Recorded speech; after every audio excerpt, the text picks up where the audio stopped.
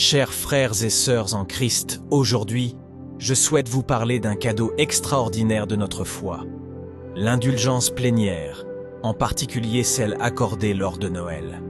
C'est un temps de grâce, une occasion unique de nous rapprocher de Dieu et de recevoir sa miséricorde infinie. L'indulgence plénière est un concept profond avec une riche histoire dans l'Église catholique. Pour mieux la comprendre, nous devons considérer deux aspects du péché, la culpabilité et la peine. La culpabilité est enlevée par la confession, mais la peine, l'effet résiduel du péché même après le pardon, est ce que l'indulgence cherche à éliminer. Une indulgence, partielle ou plénière, enlève cette peine temporelle, grâce à la médiation de l'Église et à certaines pratiques dévotes que les fidèles sont appelés à effectuer. L'histoire des indulgences remonte au IIIe siècle, initialement liée aux pratiques de pénitence des premières communautés chrétiennes. Avec le temps, l'Église a commencé à enseigner que les peines dues pour les péchés pouvaient être allégées ou annulées grâce à ces intercessions.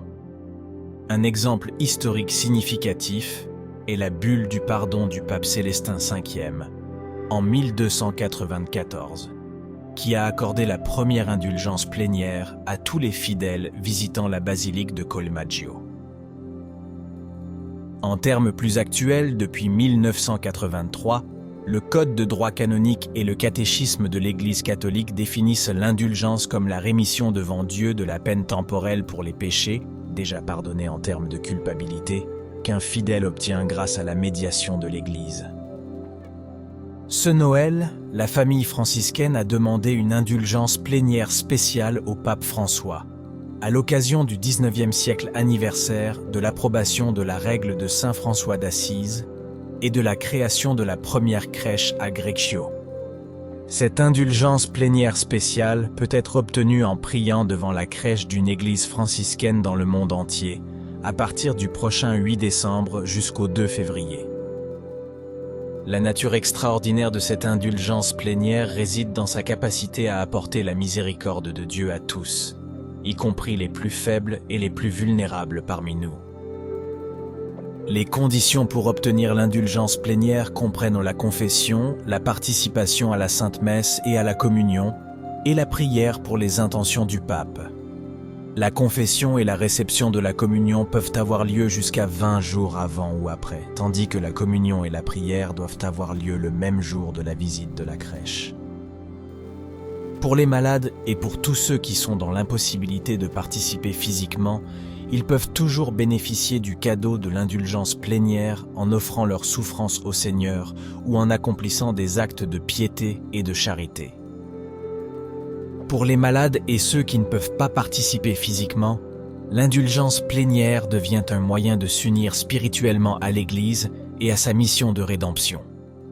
En offrant leur souffrance, les fidèles peuvent participer activement à l'œuvre rédemptrice du Christ, en se joignant à lui dans la souffrance et l'espoir.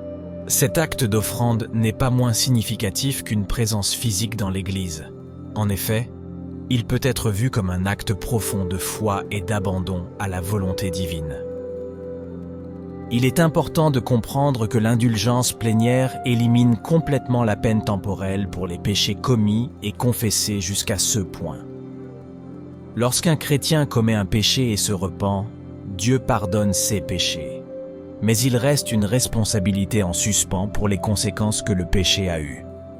L'indulgence plénière offre aux pécheurs repentants le bénéfice de l'élimination totale de cette dette contractée pendant sa vie dans ce monde.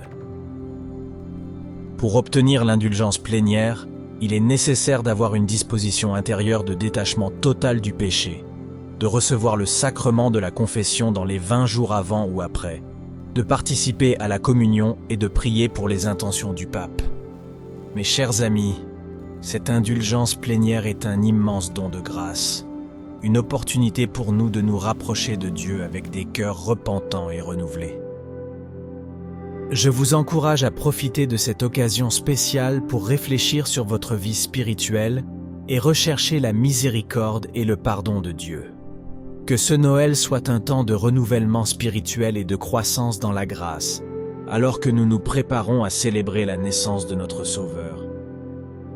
Faites-nous savoir dans les commentaires ce que vous en pensez et n'oubliez pas de vous abonner à la chaîne pour ne pas manquer de nouvelles vidéos et rejoindre notre communauté de foi et de prière. Que Dieu vous bénisse.